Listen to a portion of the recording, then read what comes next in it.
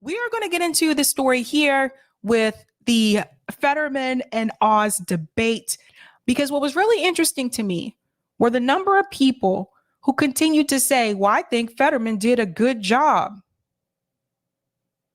without mentioning the problems with Fetterman as a candidate, the problems with Fetterman as someone supposedly running the Democratic Party, and the problem with Fetterman, whereas some left media have called him progressive, even though in multiple interviews he said that he is not a progressive. There were key things about John Fetterman as a candidate that I feel a lot of people were ignoring or just did not do their research and didn't understand. I'm going to tell you, and I said this on Twitter, those of us at RBN, we tried to warn people about John Fetterman months ago. But I want to start with this video here from Democracy Now! Now, there are two parts in the debate that she is going to discuss. And I noticed something about this video. I noticed that she did not mention the flaws that John Fetterman had policy-wise in this debate. Watch this. Let me go ahead and make this a little bit bigger. This is Dr. Oz talking about his support for the overturning of Roe v. Wade. There should not be involvement from the federal government in how states decide their abortion decisions. As a physician, I've been in the room when there's some difficult conversations happening. I don't want the federal government involved with that at all. I want women, doctors, local political leaders, letting the democracy that's always allowed our nation to thrive, to put the best ideas forward so states can decide for themselves. I just wanted to jump in really quick here because I just thought about something when he said, as a physician.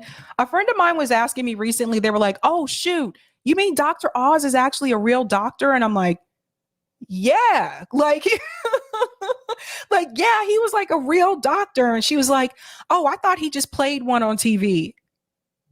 I said, you're so silly. You were so silly. While John Fetterman reiterated his support for reproductive rights. What I support on Roe v. Wade. That was the law of the land for 50 years. He celebrated when it fell down, and I would fight to reestablish on Roe v. Wade. That's what I run on. That's what I believe, and I've always believed that the choice belongs women and their doctors, and he believes that the choice should be with him or Republican legislators all across this nation. For more, we're joined in Philadelphia by Will Bunch, Pulitzer Prize-winning journalist, national columnist for the Philadelphia Inquirer. Will, welcome back to Democracy Now! So let's start off. I just want to interject here and just say something. Again, notice the parts that they chose to discuss. We already know that the Republican candidate is not going to be for federal control of abortion.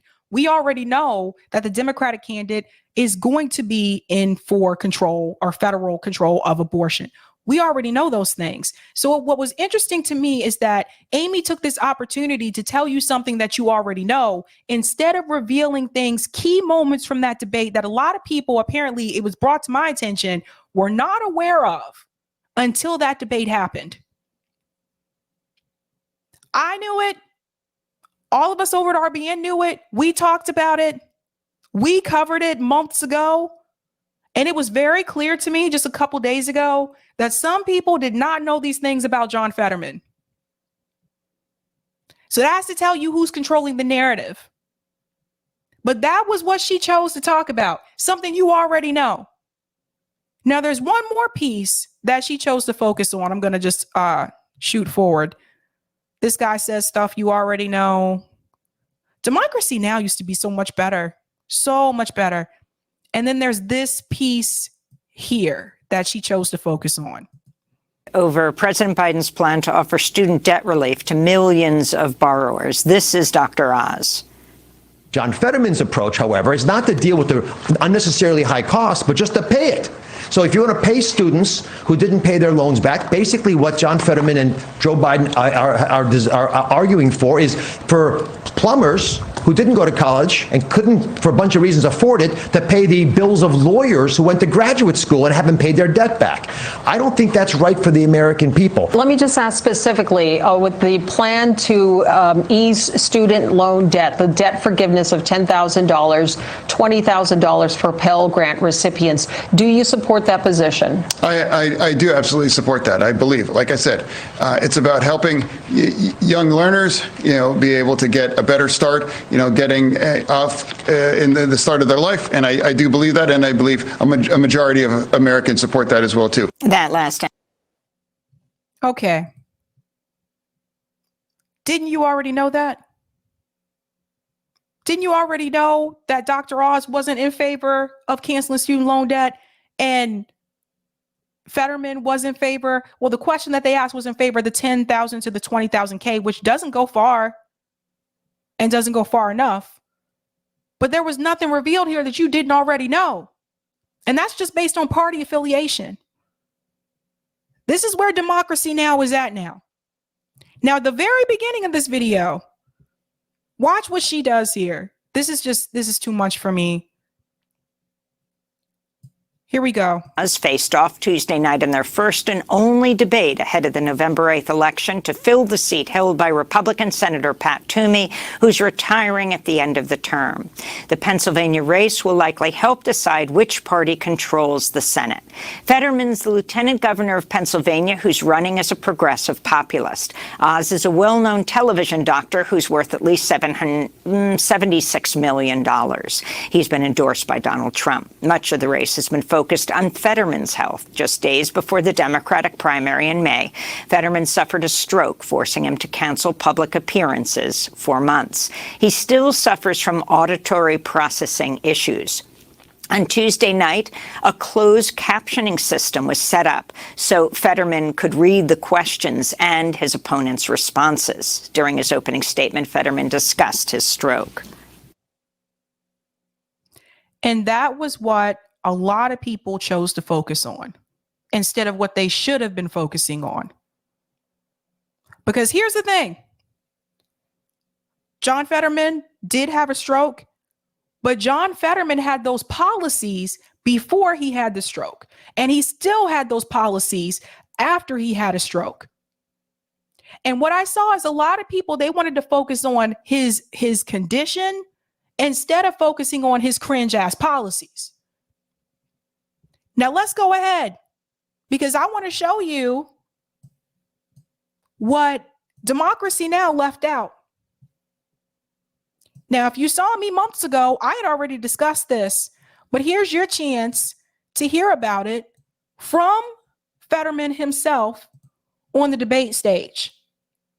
Now, this is the moment where Dr. Oz points out, obviously, about John Fetterman chasing down a black jogger with a gun. He was not a criminal, just a black jogger minding his own damn business. And John Fetterman chased him down with a gun and apparently pointed the gun at his chest. Now, I knew that, and I covered that a couple of months ago. But I want you to pay close attention to the way that Fetterman responds and the way that he reacts to this during the debate. Stage has broken the law, we believe. John Fetterman took a shotgun, chased an unarmed African-American man, and put the gun, apparently, according to that man, to his chest. John, you weren't pulled over by the police. They let you go. You were the mayor at the time. Why haven't you apologized to that unarmed, innocent black man who you put a shotgun to his chest? All right. We will allow a 30-second response to that, Mr. Fetterman, specifically what he was saying, referring to the incident in Braddock. No, I made the opportunity to defend our community as the chief law enforcement officer there. Everybody in Braddock, an overwhelmingly majority community of black community, all understood what happened. They understood what happened, and everybody agreed that, and nobody believes that it was anything about me making a split-second decision to defend our community as well. Why not apologize? Mr. Oz, please. We are still with Mr. Fetterman. Turning to you. By the way, that's not the first time he's been asked to apologize for that. And before, he said he won't. JB was right. I was going to mention this as well. This reminds me of the Ahmaud Arbery situation. So I covered that trial pretty extensively. Let me tell you the similarities here. With the Ahmaud Arbery situation, you had a black jogger jogging through the neighborhood. You had two white men chase him down in their truck with a gun, and they killed him. At the time, there had been reports of a suspicious black man peeking into people's homes, breaking in or whatever. So their first thought, they saw Ahmaud Arbery like, oh, he's trouble. He's part of the problem. They took the law into their own hands and they killed Ahmaud Arbery. John Fetterman chased down a black jogger, put a shotgun to his chest. This situation could have gone very differently. You see what I'm saying? That jogger got lucky. And he won't even apologize for it. And this is the guy that a lot of like white leftists on Twitter and some of them on YouTube are telling you, yeah, that happened. That sucks, but you should still vote for him. They're willing to throw black people under the bus.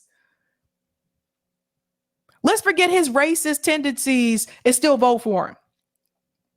He also came out and said that he was anti-BDS. He was against BDS. You guys, if you watch us over at RBN, you know how we feel about the Palestinian movement.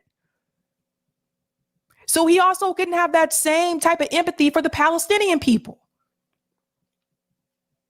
Dude's got some issues, but this is the person they tell you you should still vote for him anyway. So this is something we need to talk about. We need to talk about some of the white professional managerial class that are willing to sell black people down the river and working class people down the river just so you can vote for someone who runs in the Democratic Party that they believe is going to be your best shot. Just to keep the party dream alive.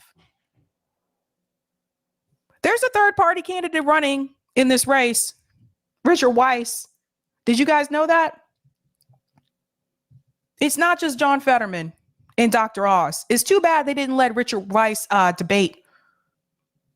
I wish he would have been given that opportunity. Because unlike John Fetterman, Richard Weiss supports Medicare for all, obviously. But Richard Weiss does not support this particular issue that John Fetterman does, obviously, because Richard Weiss is a part of the Green Party. Now, John Fetterman, I tried to tell people about this as well, that he was flip-flocking on fracking. He was a flip fracker. He was going back and forth. And I told you that people had video evidence. For those who don't know, John Fetterman had an interview with Savage Joy 4 years ago, about his position on fracking. That video is still posted. That video's not gone. But for the people who are climate activists and for the leftists who tell you that they care really deeply about climate change, they still want to tell you vote for John Fetterman because he's the best we got. They want you to vote for the guy who agrees with fracking. They really care about the climate that much. Listen to this. This is terrible. And by the way, this is CNN calling this out. Now, Fetterman is, of course, recovering from a stroke and has done much of his campaigning via Twitter. So appearing in the debate was a risky and gutsy move for Fetterman, who could appear halting at times last night. But those stylistic issues have nothing to do with the substance of one flip-flopping statement he made. I've always supported fracking, and I always believe that independence with our energy is critical. Now, it's fine for Fetterman to change his mind, but it is false to say that he has always supported fracking, as a moderator pointed out. Because as recently as 2018, Fetterman was saying the opposite, as first unearthed by CNN's K-File. I don't support fracking at all, and I never have. Now, Fetterman. Now, that is the interview with Savage Joy. Let me see if I can just get back to that. I don't know what happened. Oh, did it go too far? Let me try it again. Now, Fetterman is, of course, recovering from a stroke and has done much of his campaigning via Twitter. So appearing in the debate was a risky and gutsy move for Fetterman, who could appear halting at times last night. But those stylistic issues have nothing to do with the substance of one flip-flopping statement he made. I've always supported fracking, and I always believe that independence with our energy is critical. He's always supported fracking, and Jenna is saying the same thing, and she's in Pennsylvania. So, and by the way, that's not the first time he's admitted that on the debate stage. He also admitted that on the debate stage before he had a stroke. Do you see the problem? This information was out there, guys. People just didn't want to talk about it. People weren't doing their research on John Fetterman. They saw a guy with a hoodie and shorts and like, oh, that guy's badass. Oh, he's cool. Totally looked over the fact that he was endorsed by Hillary Clinton. That should have been a big red flag. Totally ignored the fact about the jogger. Totally ignored the fact that he was anti-BDS. And totally ignored the fact that this guy was pro-fracking. That is not a progressive. This is how weak the progressive movement has become. They're willing to accept anybody now that's running through the Democratic Party that claims to be for the working people. They don't even have to meet all the requirements anymore. They want you to vote for a pro-fracker. Now we're going to get into the segment here where it talks about the interview where he was with Savage Joy, where he said he did not support fracking. Now, it's fine for Fetterman to change his mind, but it is false to say that he has always supported fracking, as a moderator pointed out. Because as recently as 2018, Fetterman was saying the opposite, as first unearthed by CNN's K-File. I don't support fracking. Okay, I paused it right there. That's Savage Joy. And that's Fetterman. Do you see what? He's saying whatever he thinks is going to help him win. Why else would Hillary Clinton endorse him? Think about it. Now, here's the problem. And I want to share this as well. You know, the vote blue no matter who peeps. And that includes, and I hate to say it, but that includes Marianne Williamson, who has been on this show multiple times. There are some good positions that she has, and there are some cringe ass positions that she has. And I had to call her out on it. So Marianne Williamson, let me show you what she said. So let's go up here. She said, I'd rather have my senator be a principled man who sometimes has trouble getting his words out than someone who can get his words out but sacrificed his principles along the way. Everything I just told you about John Fetterman in reference, these are policy stances. I haven't attacked him on a personal level. This is just policy. What about that is principled? So at first I wasn't going to say anything. And I was like, no, I'm going to say something. So I did. So I replied to Marianne and I said, so you're okay with the senator who is pro-fracking and chased down a black jogger with a gun?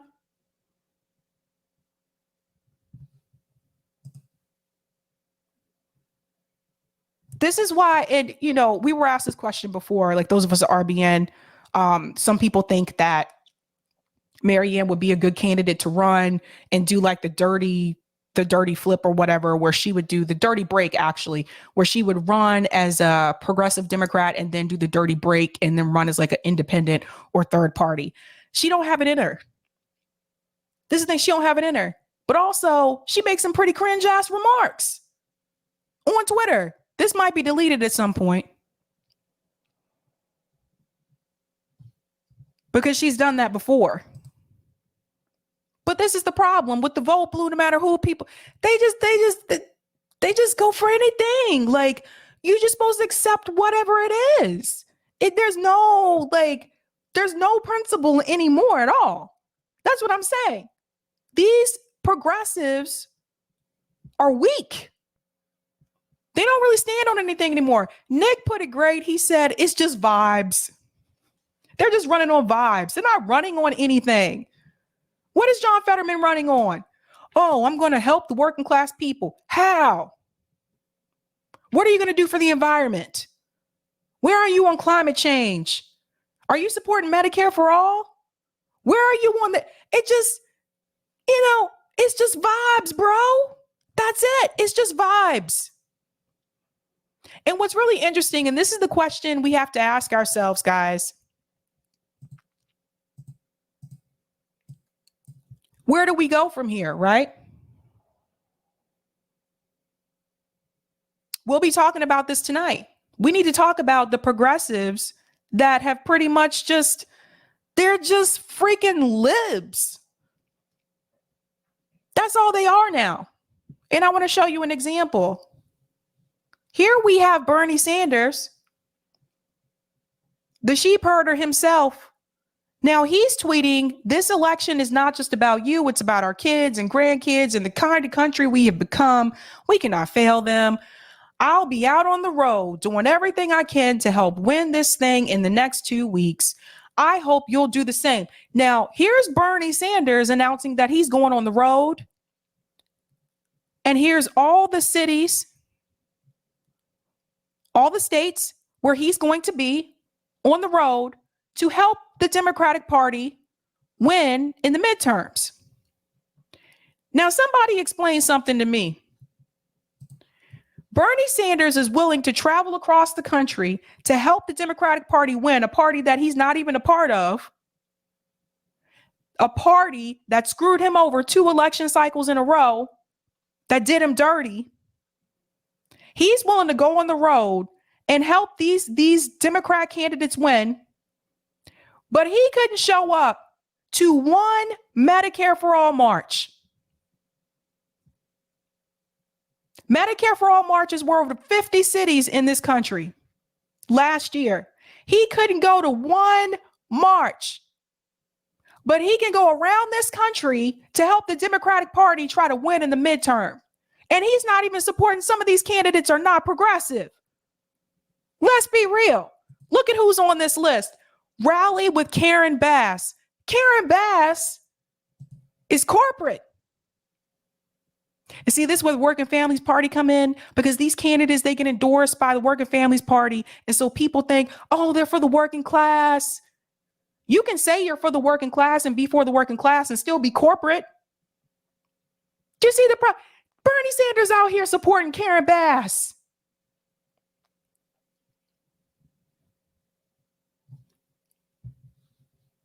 This is why the progressive movement is dead.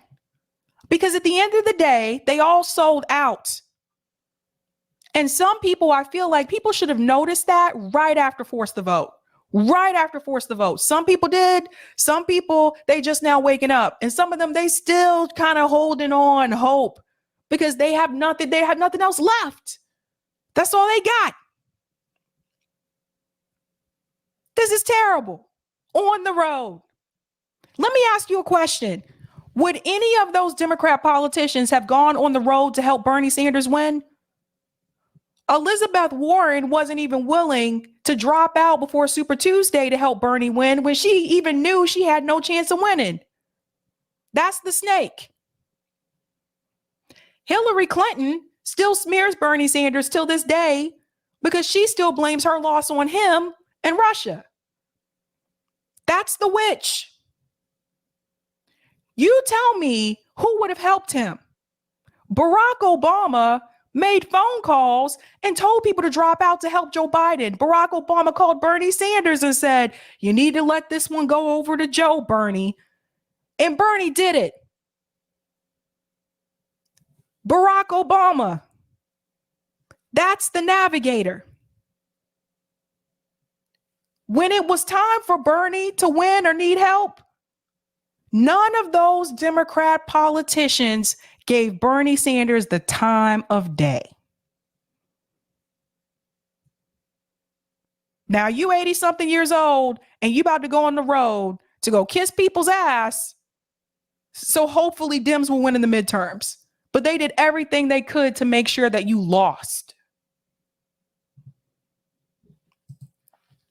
That's why the movement is dead.